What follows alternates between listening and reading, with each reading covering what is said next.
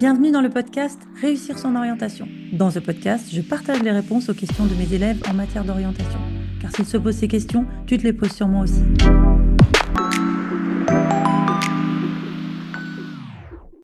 Si tu écoutes cet épisode le jour de sa sortie, on est déjà mi-novembre. Et là, si tu es en terminale, je pense que c'est vraiment le moment de te mettre dans Parcoursup. Alors tu vas me dire, ouais, mais Parcoursup, c'est pas avant le mois de janvier. Je pense vraiment qu'il est grand temps de se mettre sérieusement au travail. Et pour cela, aujourd'hui, je vais te donner des conseils que je donne à tous mes élèves. Alors peut-être que tu ne me connais pas encore.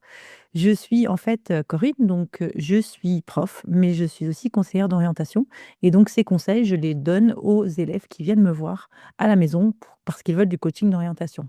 Pour autant, même si ça fait maintenant 3 ans que je fais du coaching d'orientation, j'ai été prof principale en terminale STMG pendant de très nombreuses années. Et donc, j'ai conseillé mes élèves pour leurs vœux. Et puis aussi, j'enseigne aujourd'hui en BTS. Et en BTS, eh bien, je suis une des personnes de l'équipe qui sélectionne justement les étudiants. Donc, je pense que Parcoursup, je connais pas mal. Et c'est pour ça que je pense être assez légitime pour te donner ces fameux 10 conseils qui, à mon avis, vont te être très utiles. Alors, dans ces 10 conseils, on va s'attarder surtout sur la première partie. Et cette première partie, moi, je pense que c'est la plus difficile. On ne va pas parler de dossier Parcoursup, on ne va pas parler de lettre de motivation, on ne va pas parler d'activités extrascolaires. Pour moi, la partie la plus difficile, c'est faire sa liste de vœux. Alors, t'inquiète pas, je referai un autre épisode en janvier sur le dossier de manière plus spécifique. Mais dis-toi que là, ce que je vais te conseiller, c'est vraiment pour faire cette liste de vœux. Et une fois que tu auras fait cette liste de vœux, le reste, ça sera quand même beaucoup plus facile. Donc, je vais te donner 10 conseils. Je te conseille de rester jusqu'au bout parce que les 2 derniers, pour moi, c'est vraiment les plus importants. Et c'est peut-être pas les conseils que tu vois partout. Pour autant, moi, c'est ceux sur lesquels je veux absolument que tu mettes toute ton attention. Alors, c'est parti. Le premier conseil, c'est de choisir un domaine de formation. Alors, souvent, on se stresse avec Parcoursup parce qu'on ne sait pas le métier qu'on va faire. Donc, je pense que maintenant, c'est quand même assez connu. Mais évidemment, on n'a aucune idée des métiers qui vont être présents dans 5 ans, dans 10 ans. Surtout aujourd'hui, avec tout ce qui se passe avec l'intelligence artificielle, le ralentissement de l'économie. Enfin, c'est compliqué en tous les cas. Donc, pas besoin de te mettre le stress par rapport à ton métier. Je pense que si déjà tu trouves un domaine, c'est très bien. Donc, qu'est-ce que j'entends par un domaine? Peut-être le domaine du commerce, de l'ingénierie, de la médecine. Voilà, quelque chose de très, très large. Pourquoi? Parce que si tu es dans un domaine qui te plaît, tu vas avoir des bonnes notes. Et puis, si tu as des bonnes notes, tu maximises tes chances de réussir ta formation. Si tu es en licence, tu maximises tes chances aussi d'être prise en master, d'être épanouie et donc de bien réussir. Alors, tu vas me dire, ouais, mais moi, je ne sais pas quel domaine choisir. Donc là, on n'est pas là-dedans, hein, j'ai fait déjà pas mal d'épisodes. Tu peux regarder, par exemple, l'épisode 93 que j'ai appelé Arrête de suivre tes passions, qui est un épisode dans lequel je t'ai dit, voilà, si tu n'as pas de passion ou si tu es passionné, peut-être que ce n'est pas le bon choix de suivre tes passions. Si vraiment tu te retrouves un peu perdu, en 2 mots, ce que je vais te dire, c'est regarde tes résultats et regarde les matières que tu as aujourd'hui au lycée et choisis un domaine dans lequel tu as du talent. Parce que si tu as du talent, a priori, si tu travailles un petit peu, voire même beaucoup, il y a des chances que, tu deviennes très bon et donc ça peut-être que pour commencer, ça suffit. Voilà, donc on va pas rentrer plus dans les détails. Il y a vraiment plein d'épisodes dans le podcast, mais 93, c'est peut-être le premier que tu pourrais commencer à écouter. Le deuxième conseil, c'est qu'une fois qu'on a le domaine de formation, eh bien, il faut choisir le bon mode de formation. Parce qu'il y a vraiment plein de manières d'étudier et je trouve que nous, en France, pour le coup, parce que bon, j'accompagne pas mal d'élèves aussi à l'étranger, mais je trouve qu'en France, on a beaucoup de chance d'avoir énormément de modes de formation différents. Alors, c'est peut-être ce qui rend Parcoursup un peu stressant parce que finalement, il y a beaucoup d'écoles. Mais si je regarde mes voisins en Suisse, voilà, tu vas soit à l'université, tu fais une haute école, puis c'est la même chose en Belgique, à peu près la même chose aux Pays-Bas, plus ou moins. En France, nous, on a plein de formations différentes et souvent, ces formations, elles vont te permettre d'emprunter des chemins, voilà, particuliers, mais qui peuvent te permettre d'atteindre le même résultat. Alors, avec des vitesses plus ou moins importantes, parfois des raccrocher les wagons, c'est un petit peu plus compliqué et un petit peu plus peut-être, voilà, il faut peut-être en mettre un petit coup de collier un peu plus tard, mais n'empêche que tu as la chance de pouvoir travailler dans une formation qui va t'offrir le mode d'études qui va te correspondre. Donc, par exemple, si toi, tu es quelqu'un qui a envie aujourd'hui de voir des objectifs, des résultats concrets appliqués, peut-être que c'est le moment de t'intéresser aux IUT. ou aux écoles post-bac. Si tu te dis qu'aujourd'hui, tu es pas très mature encore ou tu as encore vraiment besoin d'être très accompagnée dans ton travail, bah, reste peut-être encore un petit peu plus au lycée. Pourquoi pas faire une classe prépa? Pourquoi pas faire un BTS? Alors, pourquoi pas faire une école post-bac? Mais là aussi, j'attire ton attention sur les écoles post-bac. Toutes ne font pas un travail de suivi et d'accompagnement, du même niveau. En fait, là, je vais t'inciter vraiment à regarder le nombre d'élèves qui sont pris chaque année et si c'est une grosse école qui prend 600 ou 700 personnes en première année, par exemple, peut-être que, le niveau d'accompagnement ne sera pas celui que tu vas retrouver dans une classe prépa ou dans un BTS. Voilà, donc ça, c'est important quand tu vas sur les stands, en salon ou quand tu vas faire les journées portes ouvertes, de vraiment, te poser des questions sur, le nombre d'heures en face à face avec des profs, la taille des groupes pour voir si, tu vas être accompagné parce que j'ai vu trop souvent des jeunes qui partent dans des écoles post-bac en disant: «Ouh là là, à la fac, je serai tout seul» et puis qui se retrouvent aussi tout seuls, donc s'il te plaît, vérifie. Si tu as envie, d'être, challengé, si tu as envie, d'avoir, de vraiment tout donner, d'avoir une formation d'excellence qui va t'ouvrir, des portes vers des formations très prestigieuses. Alors évidemment, il y a la classe prépa, mais il y a aussi les CPES, il y a aussi les doubles diplômes qui sont là pour, justement te mettre, en concurrence avec d'autres élèves qui sont très, très bons et si tu en as les capacités, vas-y. Et puis si aujourd'hui tu as envie, d'être indépendant, tu as envie de t'organiser dans ton travail, tu as peut-être envie, de faire un autre projet à côté parfois, eh bien, la licence, l'université, ça peut être vraiment une bonne chose pour toi. Donc tu vois, de nombreux modes de formation, plein de passerelles à la fois, aussi pour revenir, à un résultat. Alors c'est vrai que, il y a c'est on va pas se mentir, si par exemple tu veux être médecin, alors oui, il y a des passerelles, hein. Tu peux, avec un diplôme d'ingénieur, rebondir sur un parcours de médecin, parfois même en étant infirmière. Un diplôme d'infirmière, mais bon, si tu veux faire médecine, c'est vrai qu'il vaut mieux faire médecine tout de suite après le bac. Si tu veux intégrer une, école d'ingénieur très, très prestigieuse, c'est peut-être plus facile de commencer par une prépa. Maintenant, c'est vrai que être très, très malheureux dans un mode de formation qui te correspond pas et dans lequel tu ne vas pas réussir, c'est pas forcément toujours la bonne idée et choisir le bon mode de formation, pour moi, c'est vraiment très, très important. Le conseil numéro 3, c'est d'être honnête avec ton niveau. Alors, qu'est-ce que je veux dire? C'est que quand tu vas commencer, moi, ce que je demande aux élèves que j'accompagne, c'est d'abord de faire une première liste de vœux, bah, limite en regardant pas vraiment leurs notes, quoi. C'est pas grave, on y va. Ils me mettent tout ce qui les intéresse, heu et puis moi, justement, après, bah, je vais essayer, justement d'élargir un petit peu et quand je vais élargir, là, pour le coup, j'ai besoin des bulletins. Donc c'est pour ça que cette 2e, liste, on essaye de la construire plutôt, voilà, fin novembre, début décembre, quand on a déjà les résultats de toute la classe de première et puis les premiers résultats du mois du premier trimestre ou du premier semestre, enfin presque en entier. Et là, il va falloir être stratégique. Donc il va falloir qu'on trouve des vœux ambitieux, il va falloir qu'on trouve des vœux réalistes et il va falloir qu'on trouve des vœux de secours. Alors pour ça, moi, j'ai besoin des taux d'accès. Donc, les taux d'accès, tu vas les trouver sur Parcoursup, tu vas aussi les trouver sur SupTracker. Donc, je te mettrai les références dans les notes de l'épisode. Difficile de te dire ce que c'est qu'un vœu ambitieux, ce que c'est qu'un vœu réaliste, qu'un vœu de secours de manière très précise, parce qu'évidemment, ça va dépendre de ton niveau. Quand j'accompagne des très bons élèves, donc c'est-à-dire, des élèves qui ont, plus de 16, 17, parfois même plus de 18 de moyenne générale, un vœu ambitieux, c'est des vœux qui ont peut-être des taux d'accès à moins de 10. Si j'accompagne des élèves qui ont des dossiers un peu moyens, voire même très faibles, un vœu ambitieux, bah, ça peut être des taux d'accès qui sont déjà à moins de 20 ou 30. Ça va dépendre de ton niveau. Quand j'accompagne des petits dossiers, des élèves qui ont des résultats scolaires un peu compliqués, eh bien, je ne mets pas un seul vœu de secours, j'en mets plusieurs. Par contre, quand je suis avec des élèves qui ont 18, heu, je mets des vœux de secours, j'en mets un déjà et puis, forcément, c'est pas nécessairement un vœu où il y a 100 de taux d'accès, d'accord? Donc là, il n'y a pas de recette magique, d'accord, pour pouvoir, arriver à faire ce type de classement stratégique, vœu ambitieux, vœu réaliste, vœu de secours. Mais, c'est à toi de te connaître et d'être honnête avec ton niveau. Peut-être, j'entends trop de parents qui me disent: «Oui, mais alors il a d'excellents résultats». Il y a énormément d'élèves qui ont d'excellents résultats aujourd'hui. Donc on ne peut pas tout miser sur un certain groupe de vœux. De la même manière, j'ai certains jeunes qui s'interdisent de postuler en se disant: «Oh là là, moi ça passera pas». c'est pas ton problème ça. C'est pas à toi de décider si ça passe ou si ça passe pas. Ça, c'est à la formation de le décider. Donc si ça te fait plaisir, si tu as envie de le tenter, mets-le, et puis tu verras bien quels seront les résultats. Parfois ça passe, parfois ça passe pas, mais au moins tu en auras le cœur net. Le conseil numéro 4, c'est de ne pas t'arrêter au titre, de ne pas t'arrêter au nom des formations. Souvent, les jeunes vont me dire: «Ouais, moi, tu vois, j'ai envie de faire une école de commerce» et là, je leur dis: «Super, très bien, mais en fait, pourquoi tu veux faire une école de commerce? Et qu'est-ce qu'on y fait dans une école de commerce?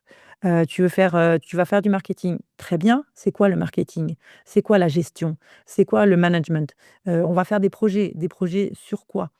Et puis tu me dis que tu préfères, cette école de commerce par rapport, je sais pas, tu as envie de faire l'EDEC plutôt que l'ESSEC. Mais pourquoi? Qu'est-ce qu'il y a dans le parcours de l'EDEC qui te plaît beaucoup plus que l'ESSEC, hormis, leur classement finalement? Je pense que c'est très, très important de te poser toutes ces questions pour toutes les formations parce que ça va t'éviter les mauvaises surprises. Je sais que je t'ai déjà donné cet exemple, dans un autre podcast et j'arrêterai de le répéter après. Mais, donc moi, dans mon BTS tourisme, on a une grosse partie de la formation qui est en gé où on fait de la géographie et j'ai eu l'année dernière une jeune fille qui a abandonné au bout d'un mois et qui m'a dit: «Mon Dieu, mais il y a beaucoup trop de géographie pour moi, j'ai horreur de ça» et l'année dernière, j'ai pas regardé, je savais pas. Alors évidemment, il y a certains titres d'école et puis même dans certaines formations universitaires qui font envie, hem, mais si on ne sait pas concrètement ce qu'on met derrière les mots de la formation, qu'est-ce qu'il y a dans le programme, comment c'est organisé de manière, voilà, un double diplôme, où est-ce que vont se passer les cours? Est-ce que j'ai techniquement la possibilité de me rendre à l'un ou l'autre? Tout ça, c'est fondamental de le savoir et pour ça, il va falloir que tu regardes sur les sites internet, mais moi je te conseille aussi d'aller poser des questions en vrai. Alors lors des salons et là pour moi le salon, il a toute son utilité, c'est-à-dire tu y vas pas en mode, traîner dans les rayons, mais tu y vas vraiment pour voir des écoles de manière précise, pour leur poser des questions. Évidemment, lors des journées portes ouvertes, parce que là, tu vas te rendre compte de ce qu'est l'école vraiment.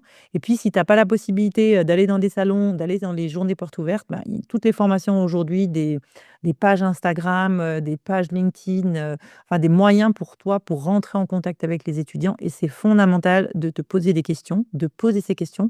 Et moi, ce que j'encourage les jeunes à faire, c'est de poser les mêmes questions à différentes formations pour pouvoir comparer en fait des choses comparables.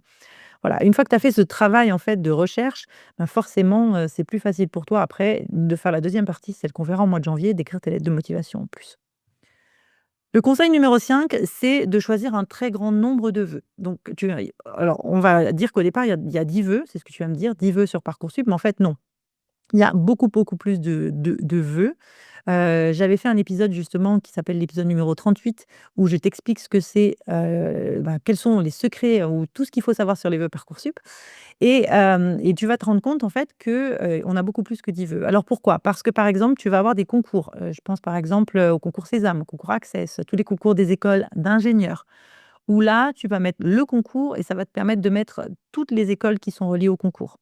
Tu vas pouvoir avoir aussi, des vœux multiples. Donc les concours ne sont pas des vœux multiples, hein. Les vœux multiples, c'est des vœux de BTS, des vœux de classe prépa, des vœux d'IUT, où là, tu vas pouvoir mettre des sous-vœux. Donc là aussi, ça te maximise le nombre de chances d'avoir des vœux.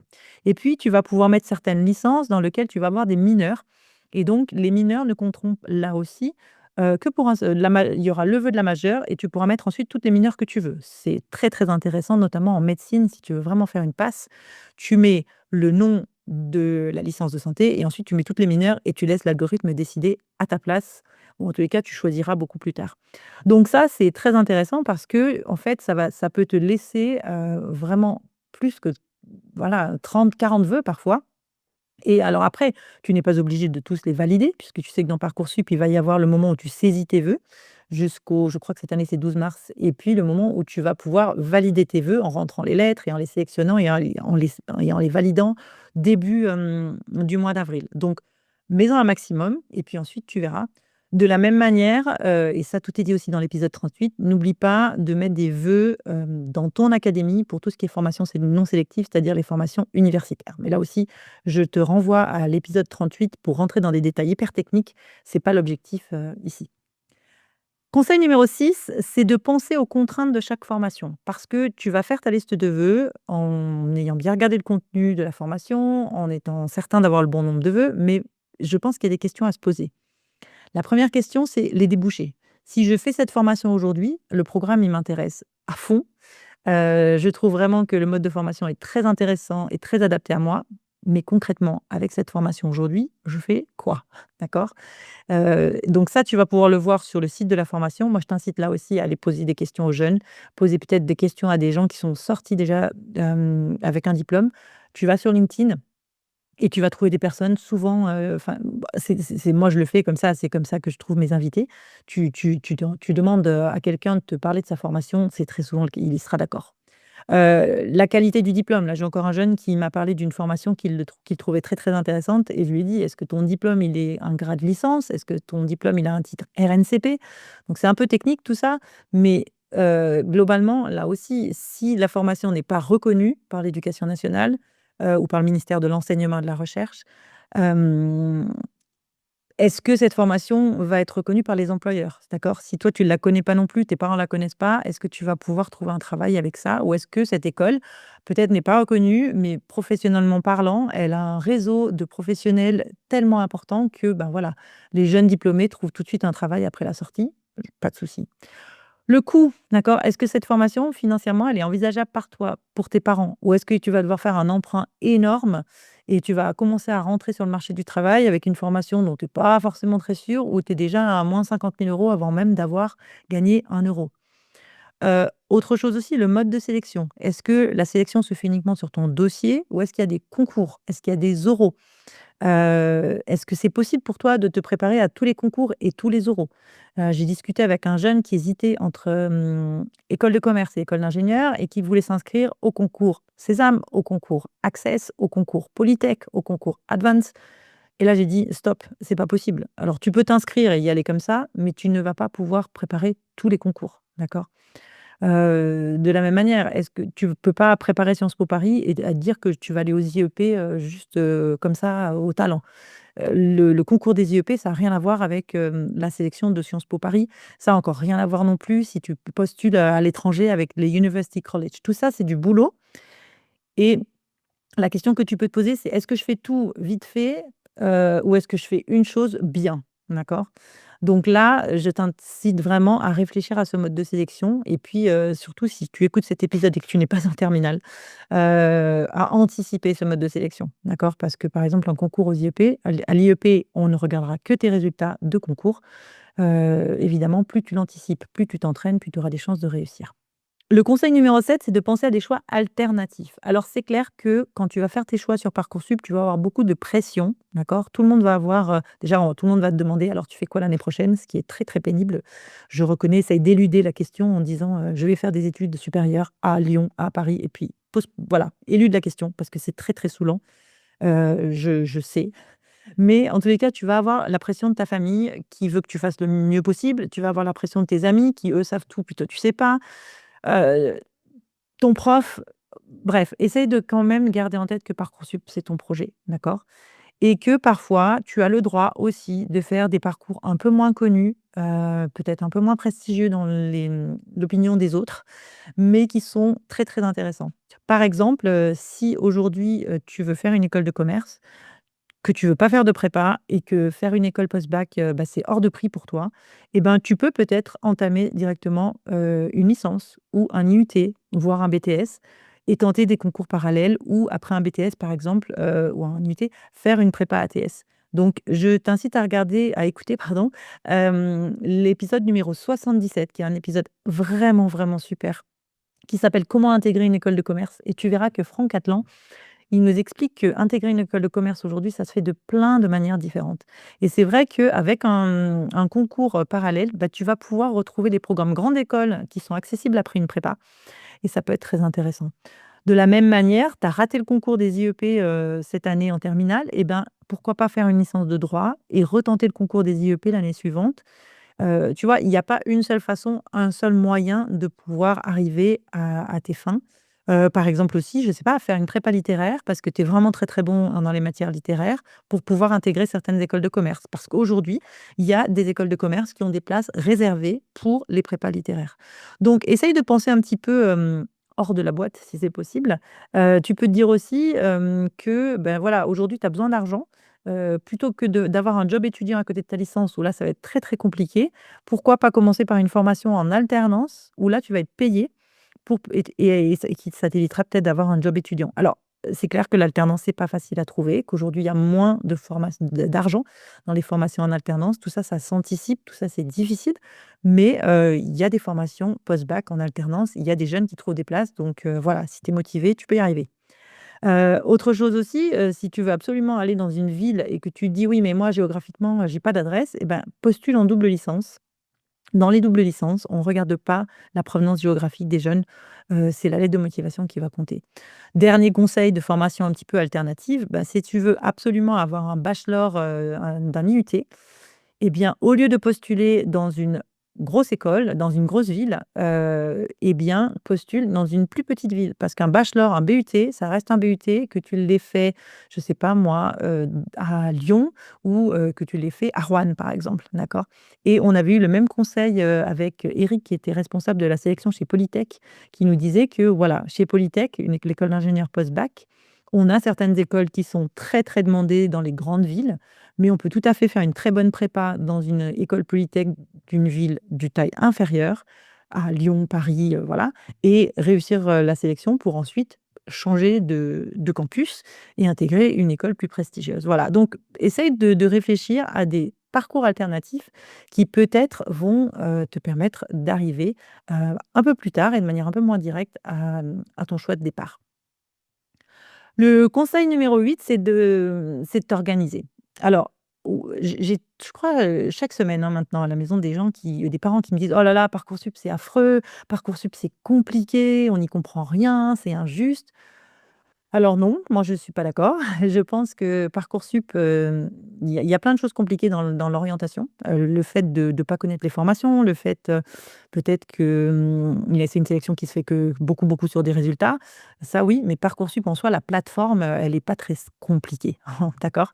Donc certes, il y a énormément de formations dans Parcoursup, mais si tu as réfléchi à de la manière avec laquelle je t'ai guidée jusqu'à présent, c'est-à-dire, trouver le bon mode de formation, trouver, le domaine qui t'intéresse, bah, tu vas te rendre compte qu'il y en a pas 21 000 qui sont bons pour toi, qui sont intéressantes pour toi, il y en a beaucoup moins, d'accord?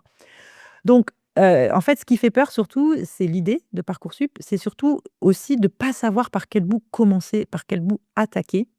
Et donc ce que je vois souvent, c'est des parents qui me disent, «Voilà, on est allé au salon de l'étudiant, on a cherché des idées et on est revenu, on était encore plus perdus, encore plus confus et finalement, bah, mon fils, ma fille, bah, elle procrastine, elle voit le temps qui passe, elle fait rien, c'est moi qui fais toutes les recherches» et cetera. Je comprends parce que le salon de l'étudiant, c'est fait pour, comme je te l'ai dit tout à l'heure, pour aller chercher des informations précises sur des écoles. C'est pas fait pour trouver des idées. Donc là, quand je te dis de t'organiser, c'est vraiment d'avoir une méthode rigoureuse. Donc, je t'incite à écouter, l'épisode que j'avais publié au mois d'octobre sur justement, 5 étapes pour pouvoir construire ton projet d'orientation. Je te le mettrai là aussi en note de l'épisode. Il y a des étapes, tu les suis rigoureusement. Dans l'idéal, si tu n'y arrives pas seul, ben, demande l'aide de ton prof principal ou de tes profs principaux si tu es en terminale. Si c'est pas facile pour toi de leur parler, alors essaye de demander à tes parents. Puis si tu as pas de parents, trouve une copine, trouve un copain. Bref, ne te donne pas l'excuse de te dire: «Oui, non, mais moi j'ai pas de chance parce que mes profs principaux ça va pas, parce que mes parents ils y connaissent rien». Trouve une solution, d'accord? C'est voilà, demande même à l'IA, hein, demande à ChatGPT, par quel bout je dois commencer. Voilà, alors sur les formations, ChatGPT parfois il se plante un peu. Moi, il m'a trouvé des formations parfois qui n'existaient plus ou des formations qui, je trouve pas forcément toujours formidablement bien adaptées. Mais si tu as personne, ça peut être un bon guide pour commencer le parcours et la réflexion. Donc fais des listes, justifie tes choix et puis tu vas voir que si tu le prends, voilà, étape par étape, tranquillement, et ben, ça sera pas si difficile.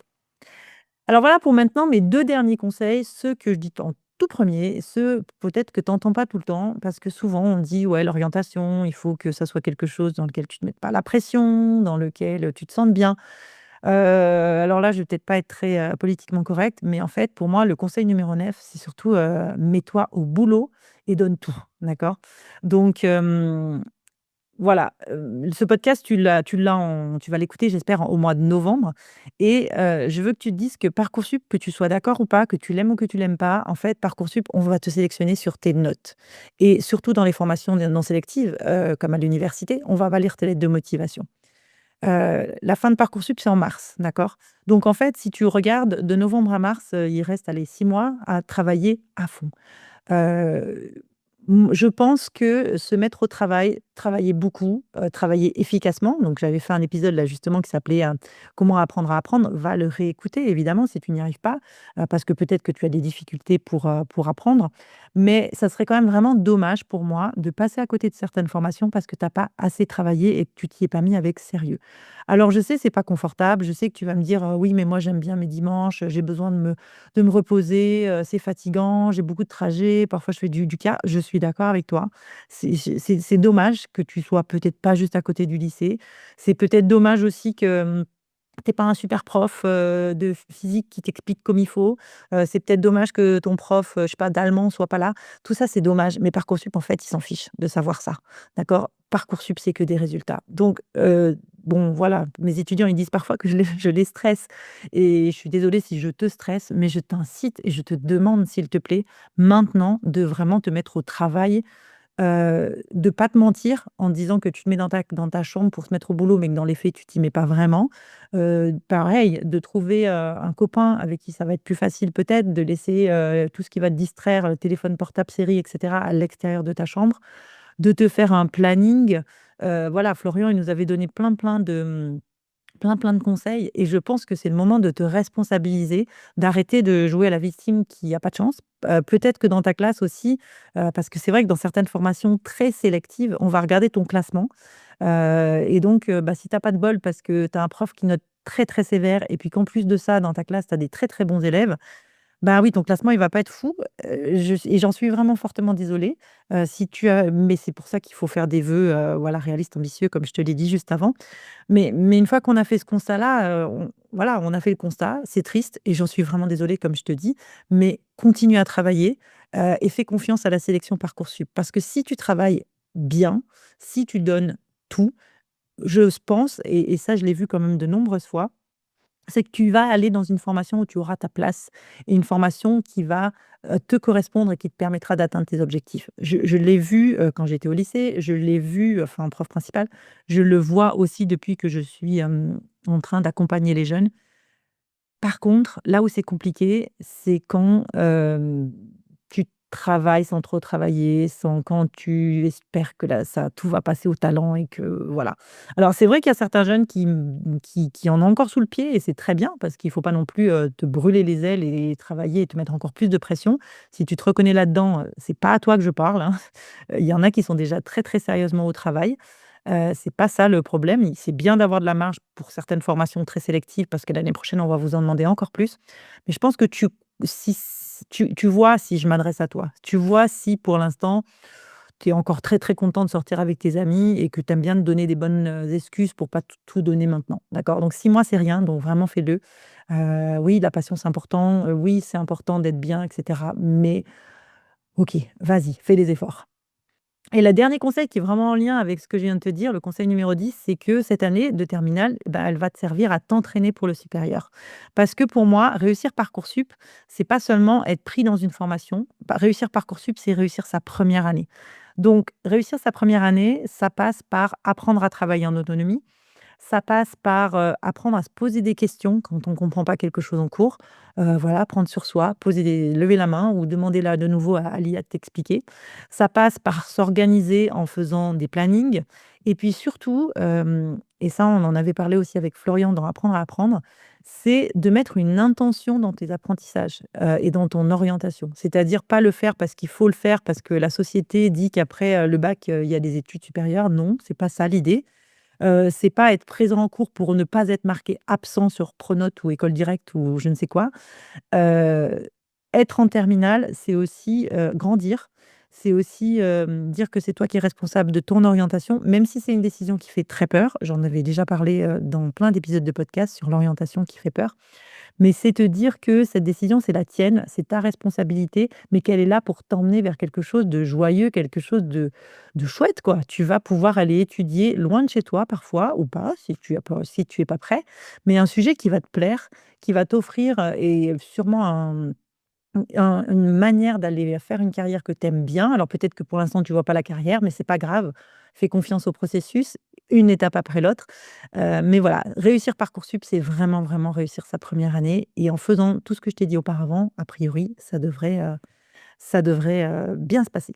Voilà, alors si, tu, veux réussir, ton orientation sur Parcoursup, moi, je t'ai, préparé sur mon site internet une formation en ligne, qui est évidemment payante et que tu vas retrouver, voilà, sur mon site que je mettrai dans les notes de l'épisode.